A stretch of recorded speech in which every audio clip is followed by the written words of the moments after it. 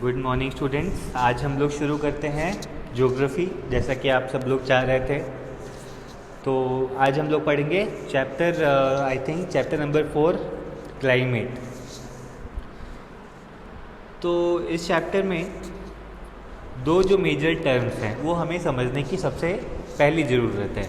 वो टर्म्स है क्लाइमेट और वेदर। क्लाइमेट और वेदर क्या एक ही होती हैं या इसमें कोई अंतर हमें देखने को मिलता है? तो coming to reading the definition, climate refers to the sum total of weather condition and variation over a large area for a long period of time।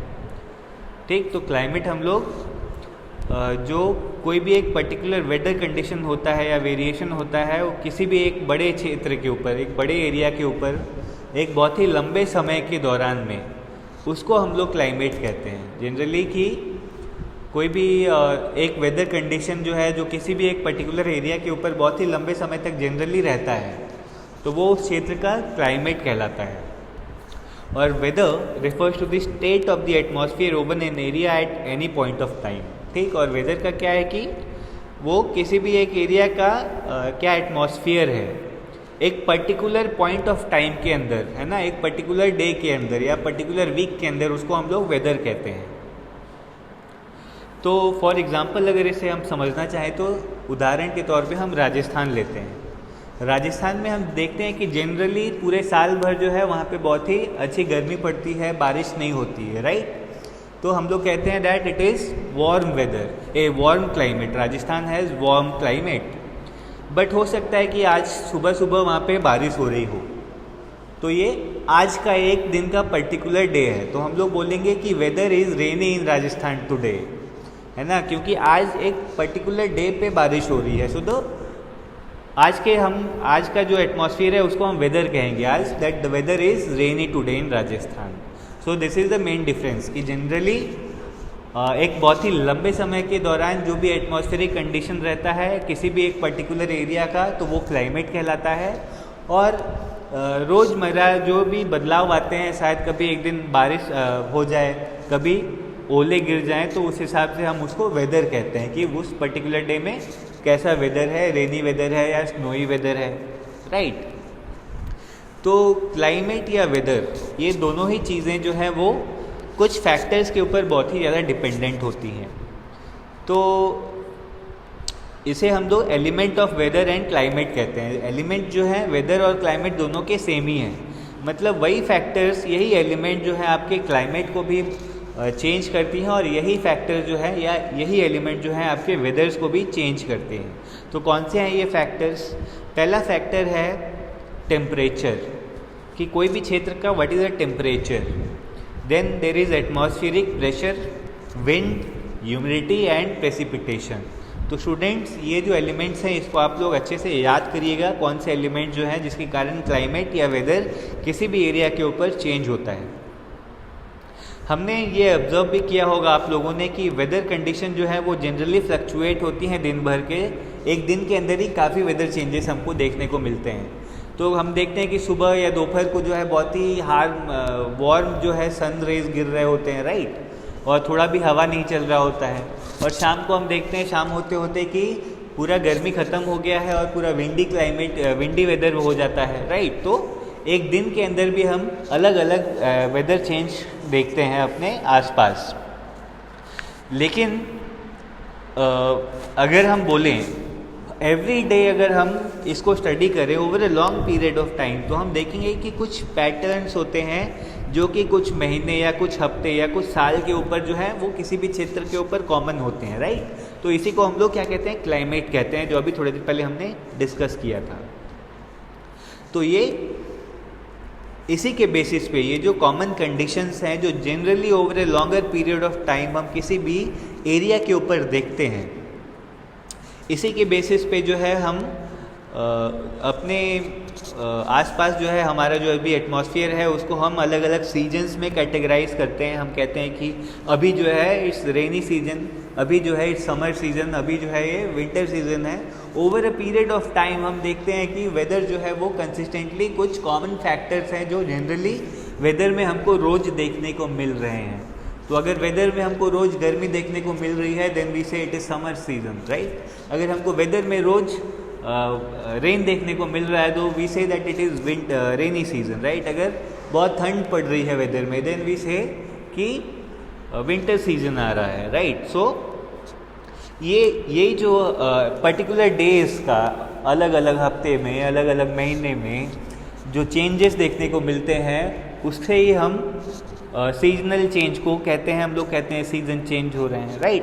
तो आपको समझ आ रहा होगा what is climate and weather और इसको हमने कैसे सीजन्स में डिवाइड किया है, राइट। तो अगर हम ऑन ए लार्जर कॉन्टेक्स्ट देखें कि अलग अलग जो क्षेत्र हैं हमारे पृथ्वी ग्रह पे, तो वो भी जो है वो सालों साल कुछ कॉमन फैक्टर्स दिखाते हैं, राइट। तो फॉर एग्ज़ाम्पल अमेरिका जो है जनरली वो वहाँ पे विंटर्स हम देखते हैं, वहाँ पे ठंड अधिक पड़ती है, राइट। और जनरली हम भारत जैसे क्षेत्र में देखते हैं कि जनरली जो है यहाँ पे ट्रॉपिकल क्लाइमेट होता है, मतलब वेट ह्यूमिडिटी अधिक होती है, बारिश पड़ती है और गर्मी पड़ती है, राइट। तो इस प्रकार का जनरली सालों साल हमें ऐसा ही क्लाइमेट देखने को मिलेगा। तो over a longer period of time जब हमने स्टडी किया अर्थ के अलग अलग रीजन्स को, तब हम अर्थ के रीजन्स को अलग अलग डिवाइड कर पाते हैं कि जो अलग अलग क्षेत्र हैं उसके क्लाइमेट जो हैं वो भी अलग अलग हैं। सो उसके बेसिस पे भी क्लाइमेटिक रीजन्स जो हैं पृथ्वी के ऊपर वो डिवाइडेड हैं। हम लोग कहते हैं कि अगर हम भारत का उदाहरण लें तो भारत जो है जनरली मॉनसून क्लाइमेटिक रीजन में हम लोग लाई करते हैं, या मॉनसून रीजन में हम लोग का जो देश है वो एग्जिस्ट करता है। जनरली वेट और ह्यूमिड और रेनी टाइप का मौसम हमें एक्सपीरियंस करने को मिलता है, राइट। तो उसी प्रकार से अगर हम आइसलैंड के ऊपर बोलें तो that is tundra type of climate. Generally over the year, over decade जो है वो वहाँ पे जनरली हम आइस जो है वो जमा होते देखते हैं। So that is tundra type of climate. So इसी बेसिस पे हमने पृथ्वी को भी जो हमारा पहला तो है टाइम कि हमारे पास 12 महीने होते हैं। तो the common features of weather that we experience, उसके बेसिस पे हमने अपने टाइम को 12 महीनों को अलग अलग सीजन में डिवाइड कर दिया है। और over a longer period of time जो पर्टिकुलर रीजन्स में जिस प्रकार के क्लाइमेट दिखता है तो उसके बेसिस पे हमने रीजन्स को भी उनके क्लाइमेटिक कंडीशंस के ऊपर डिवाइड कर रखा है, ठीक। सो this is why we study geography, so that we can understand our earth better, right। so coming to those elements कि कौन कौन से एलिमेंट्स हैं जिसके कारण हमारा क्लाइमेट या वेदर जो है वो प्रभावित होता है, राइट। तो पहला था हमने देखा था कि टेम्परेचर से क्लाइमेट जो है हमारा बहुत ही ज़्यादा इन्फ्लुएंस रहता है। तो इंडिया जो है वो जनरली हम देखते हैं कि इंडिया में जो टेम्परेचर रेंज होता है वो 30 से 40 डिग्री सेंटीग्रेड के बीच में होती है, राइट। तो उसी के कारण ही बहुत सारे फैक्टर्स जो है वो निर्भर करते होंगे, आप इमेजिन कर सकते हैं। फॉर एग्ज़ाम्पल क्योंकि बहुत ज़्यादा समर है तो हमारे यहाँ पे जो वाटर इवोपरेट होता है, राइट। और उसके कारण जो है मॉनसून जो सीज़न है वो बनता है, क्लाउड बनते हैं हमारे एटमॉस्फेयर के ऊपर में और उसके कारण ही मॉनसून आता है। उसी प्रकार एटमॉस्फेरिक प्रेशर, अच्छा अगर हम टेम्परेचर में अमेरिका का बात करें तो टेम्परेचर रेंज जो है वो मच लोअर होता है वहाँ पे। जनरली माइनस डिग्रीज में भी टेम्परेचर होते हैं, -10 -20 डिग्री पहुँच जाता है ठंड के समय पे, और हायर रीजन में 25 डिग्री सेंटीग्रेड तक अपने पीक पे पहुँचता है, राइट। तो जनरली हम वहाँ पे क्या देखते हैं कि स्नोफॉल जनरल देखते हैं, प्रेसिपिटेशन जो है वो जनरली स्नोफॉल के तौर पे होता है। एटमॉस्फेरिक प्रेशर, आपने साइंस में पढ़ा होगा क्लास 9 में कि एटमॉस्फेरिक प्रेशर, क्लास 8 में भी पढ़ा होगा। What is atmospheric pressure? It is the pressure exerted by the atmosphere, ठीक है। तो एटमॉस्फेरिक प्रेशर जो होता है जनरली सी लेवल पे अधिक होता है, और जैसे जैसे हाइट या एल्टीट्यूड जो है वो राइज करती है एटमॉस्फेरिक प्रेशर जो है वो लो होता है। और विंड जो है वो आप जानते हैं व्हाट इज़ विंड, है ना। विंड जनरली जो अर्थ के रोटेशन के कारण जनरेट हो रहा है, अर्थ के रोटेशन से विंड जनरेट होता है, और साथ ही में एटमॉस्फेरिक प्रेशर के कारण भी और टेम्परेचर्स के कारण भी जो है वेरिएशन इन टेम्परेचर के कारण भी हमारे ग्लोब पे विंड जो है वो ब्लो करता है, इसको हम लोग आगे जैसे जैसे चैप्टर पढ़ेंगे इन चीज़ों को ज़्यादा डिटेल में देखेंगे, ताकि आप जो है ज़्यादा बेहतर तरीके से क्लाइमेट कैसे चेंज हो रहा है इन फैक्टर्स के कारण वो समझ पाएंगे। ह्यूमिडिटी, तो generally humidity in monsoon, humidity हम लोग कहते हैं कि नमी कितनी है विंड के अंदर, राइट। तो ह्यूमिडिटी अधिक उस रीजन में होती है जहाँ पे अधिक बारिश होती है। ड्राई रीजन में विंड जो है वो ड्राई होता है, ह्यूमिडिटी कम होती है। और प्रेसिपिटेशन जब हम बात कर रहे हैं, जनरली दो फॉर्म में हमको प्रेसिपिटेशन देखने को मिलता है। पहला है कि रेन के फॉल में precipitation in the form of rain, और सेकेंड है precipitation in the form of snow, ठीक। तो अगर हम अपने पूरे ग्लोब को स्टडी करें तो हम देखेंगे कि जनरली अलग अलग रीजन्स के ऊपर जो है प्रेसिपिटेशन जो है जनरली एक टाइप का होता है। जैसे फॉर एग्जांपल इंडिया, अगर हम नॉर्दर्न रीजन में, लोअर मिडिल रीजन का बात करें, मध्य प्रदेश वाले क्षेत्र में, then there precipitation will always happen in the form of rain, बारिश के तौर में ही प्रेसिपिटेशन हमको देखने को मिलेगी, राइट। और अगर हम हिमालयन रीजन्स की तरफ जाएं तो प्रेसिपिटेशन जो है वो जनरली हमें आइस या स्नो के फॉर्म में देखने को मिलती है। So what is the climate in India, climate, Bharat का क्लाइमेट कैसा है। तो स्टूडेंट्स, जनरली हम जब क्लाइमेट की बात करते हैं भारत में, तो जो भारत का क्लाइमेट है उसको डिस्क्राइब करने के लिए लोग बोलते हैं कि India has monsoon type of climate, Bharat का क्लाइमेट जो है वो मानसून टाइप का है। इस प्रकार का जो क्लाइमेट है जनरली हम साउथ और साउथ ईस्टर्न रीजन में अपने देश में देख रहे हैं। और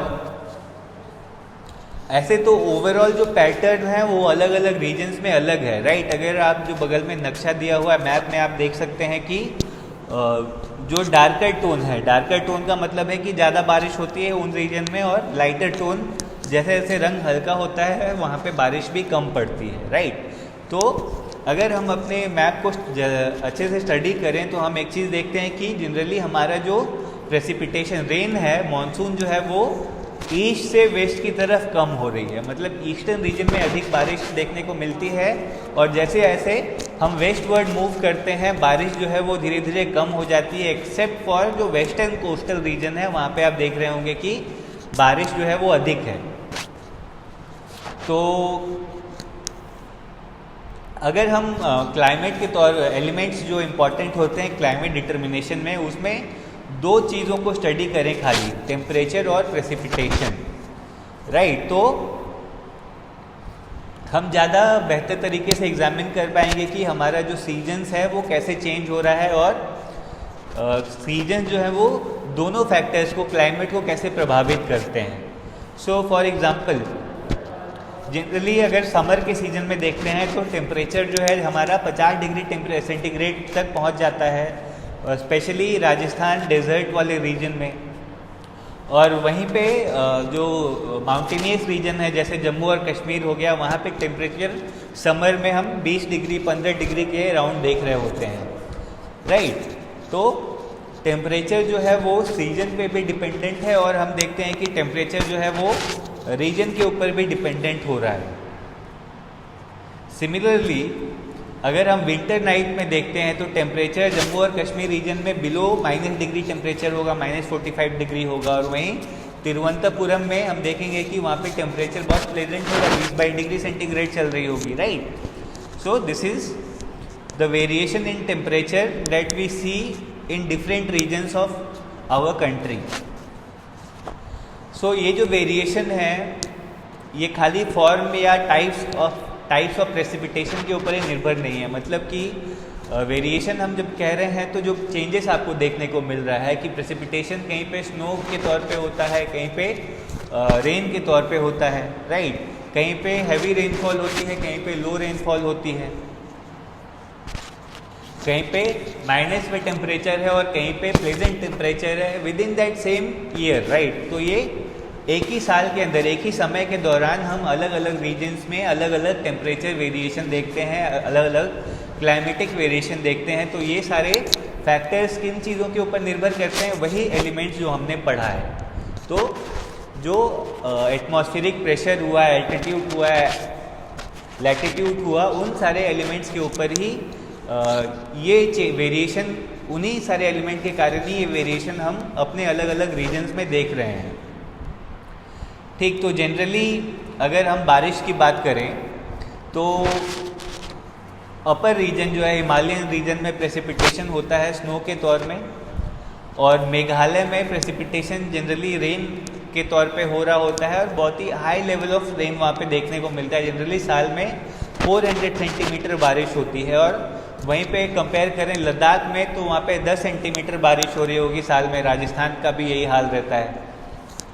तो जनरली हमारे देश के अधिकतर जो क्षेत्र हैं उनको बारिश जो है जून से सितंबर के बीच में देखने को मिलती है।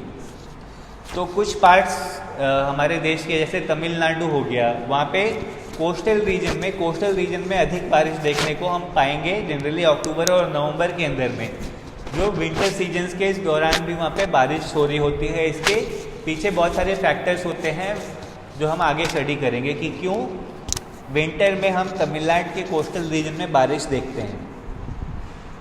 ठीक है, स्पेशली और एक जो इम्पॉर्टेंट फैक्टर है कि हम अपने इंटीरियर देश का जो अंदरूनी हिस्सा है वहाँ पे हम देखते हैं कि बारिश जो है वो जनरली कम होती है और कोस्टल रीजन में अधिक बारिश होती है, और जनरली ईस्ट से वेस्ट की तरफ बारिश जो है वो कम होते जा रही है हमारे देश में।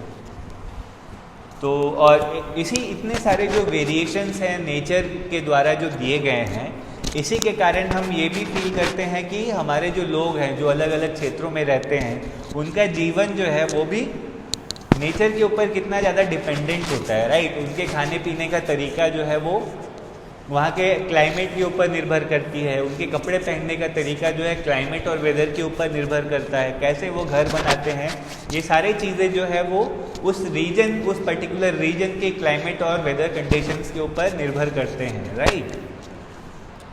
तो यहाँ पे हमारा जो मैप है जिसमें हमने देखा था कि प्रेसिपिटेशन या रेनफॉल जो हो रहा है जनरली ईस्ट से वेस्ट की तरफ हम देखते हैं कि कम होता है, और टेम्परेचर अगर हम टेम्परेचर की बात करें तो अलग अलग क्षेत्र में जो हमारे टेम्परेचर हैं देश में वो भी कितने वेरिएशन आपको देखने को मिलेंगे। जो वेस्टर्न पार्ट है जनरली गुजरात, राजस्थान, तो वो बहुत ही हॉट एंड ड्राई क्लाइमेट वहाँ पे होता है, और बाकी जो डार्कर येलो टोन में आपको दिख रहा है दैट इज़ वार्म क्लाइमेट, और हमारा जो एरिया है वो कंपोजिट क्लाइमेट है। जनरली बहुत ज़्यादा बारिश भी होती है, बहुत ज़्यादा रेन भी होता है ना, बहुत ज़्यादा गर्मी भी पड़ती है, बहुत ज़्यादा ठंड भी पड़ता है, ठीक। और नॉर्दर्न जो हिमालयन रीजन है वहाँ पे आप जनरली कोल्ड क्लाइमेट देख रहे हैं। सो देर आर 6 हम लोग बात करते हैं क्लाइमेट कंट्रोल्स की। Generally there are 6 major control of climate in any place, है ना। हमारा जो क्लाइमेट है वो इन 6 फैक्टर्स से ही प्रभावित होता है, इन्हीं को हम लोग क्लाइमेट कंट्रोल्स कहते हैं। तो पहला जो क्लाइमेटिक कंट्रोल जिसे हम मानते हैं that is latitude, second one is altitude, third one is pressure, fourth one is wind system, fifth one is distance from the sea, है ना, और कॉन्टिनेंटलिटी या ocean currents, and the sixth element is relief feature. तो coming to latitude और climate, है ना। जब हम लैटिट्यूड की बात कर रहे हैं तो लैटिट्यूड से मतलब है कि कोई भी एरिया जो है वो इक्वेटर से कितने डिस्टेंस पे है, नॉर्थ या साउथ में, तो जिस एरिया में होगा वो उसी प्रकार का क्लाइमेट जो है उस एरिया के लिए पर्टिकुलरली देखा जाता है, ठीक। तो ट्रॉपिकल रीजन हम लोग उस रीजन को कहते हैं जो कि 23.5 डिग्री नॉर्थ से 23.5 डिग्री साउथ के बीच में होता है। सो जनरली इक्वेटर से tropic of cancer and then equator to tropic of capricorn जो है वो दीज आर ट्रॉपिकल रीजन्स, ठीक। और यहाँ का जो एटमॉस्फेयर और क्लाइमेट है that is particular to these areas only, ठीक। एल्टीट्यूड जो है हमने लैटिट्यूड देखा, राइट। लैटिट्यूड जो है कि कितना डिग्री नॉर्थ या कितना डिग्री साउथ जो है वो इक्वेटर से कोई पॉइंट एग्जिस्ट करता है। एल्टीट्यूड की जब हम बात करते हैं तो इट मीन्स बेसिकली हाइट कितना है, कोई भी रीजन का हाइट कितना है। तो जनरली ये ऑब्जर्व किया जाता है कि जैसे जैसे हाइट इंक्रीज करती है तो टेम्परेचर डिक्रीज करता है किसी भी एरिया में, राइट। इसीलिए हम लोग जनरली गर्मियों में हम चाहते हैं हिल स्टेशन जाना, क्योंकि जैसे जैसे हमारा जो ऊंचाई है वो ऊंचा होते जाता है, सी लेवल से हम और ऊंचे होते जाते हैं, टेम्परेचर जो है वो और ज़्यादा कूल होते जाता है।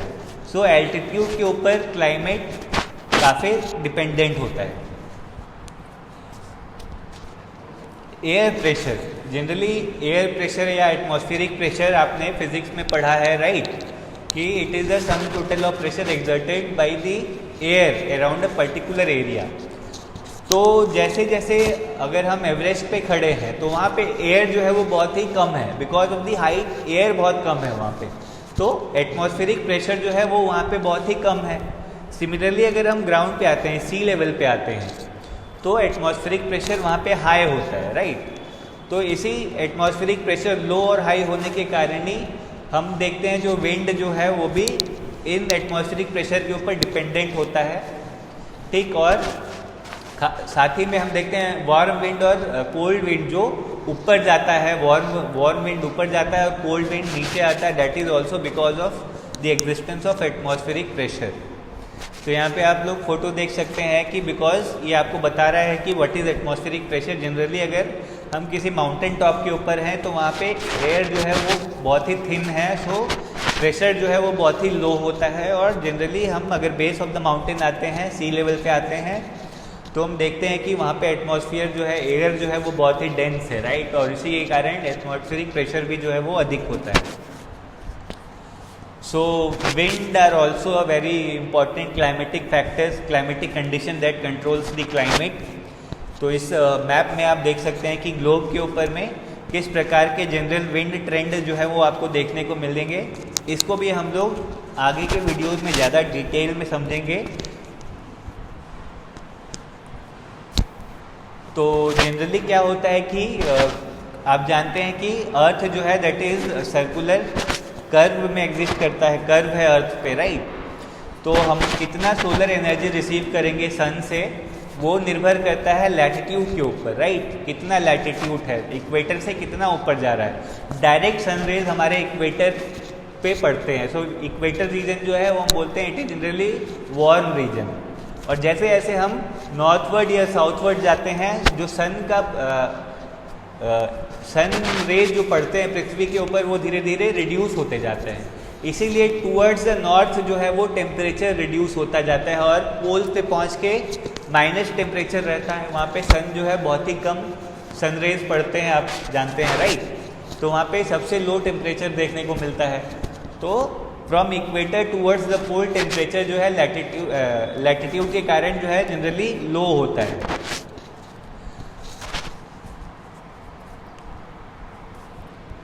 ठीक, एल्टीट्यूड भी हमने पढ़ा, आपको अगर क्लियर नहीं है then you can ask me in the groups.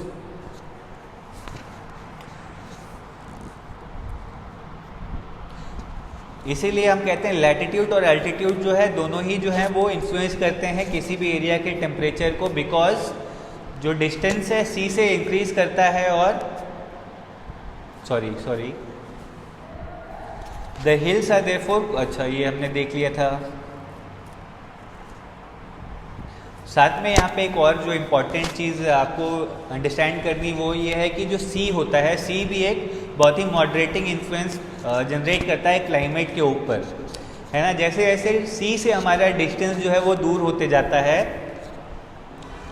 वो पानी का जो मॉडरेटिंग इफेक्ट है, जो कूलर इफेक्ट है, वो भी कम होते जाती है, राइट। इसीलिए हम देखते हैं कि जो कॉन्टिनेंटल एरिया है वहाँ पे हॉटर क्लाइमेट देखने को मिलता है। इंटीरियर रीजन्स में हम देखते हैं हॉट क्लाइमेट रहती है, और कोस्टल रीजन में ज़्यादा ह्यूमिड और कूलर क्लाइमेट देखने को मिलता है। साथ ही में जो वाटर करंट होते हैं उनका भी बहुत ज़्यादा प्रभाव होता है, राइट। जो कोस्टल एरिया जहाँ पे वार्म होते हैं वहाँ पे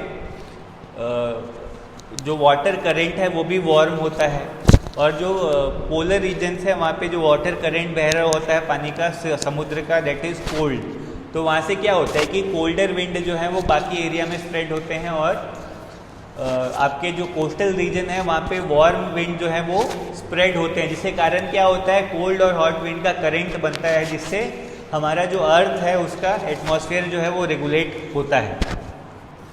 So these are some of the details. This is an introduction video for the chapter on climate. तो ज़्यादा हम डिटेल जो है अगले वीडियोस में इस चैप्टर में देखेंगे, ठीक है। तो ये कौन से साइड में हमारा रिलीफ फीचर कैसा है, रिलीफ फीचर के ऊपर भी जो 6 पॉइंट था वो हमारा डिपेंड करता है कि क्लाइमेट कैसा होगा। सो जनरली माउंटेनियस रीजन में जिस एरिया में विंड चलता है उसको हम लोग विंडवर्ड साइड कहते हैं, और जिस एरिया में विंड नहीं चल रहा है, is obstructed by the mountain, उसको लीवर्ड साइड कहते हैं। तो विंडवर्ड साइड में हम देखेंगे कि अधिक बारिश होती है और इसके कारण ही वहाँ पे जो है एटमॉस्फेयर और वेजिटेशन जो है वो हरा भरा होता है, और लीवर्ड साइड में जहाँ पे बारिश नहीं पहुँचती है जनरली ड्राई क्लाइमेट देखने को मिलता है। So this is the end of the video. In the next video we will study other factors affecting India's climate, and we will come to India and how the climate condition varies and what are the reasons. We will study in more detail in the next videos. So thank you.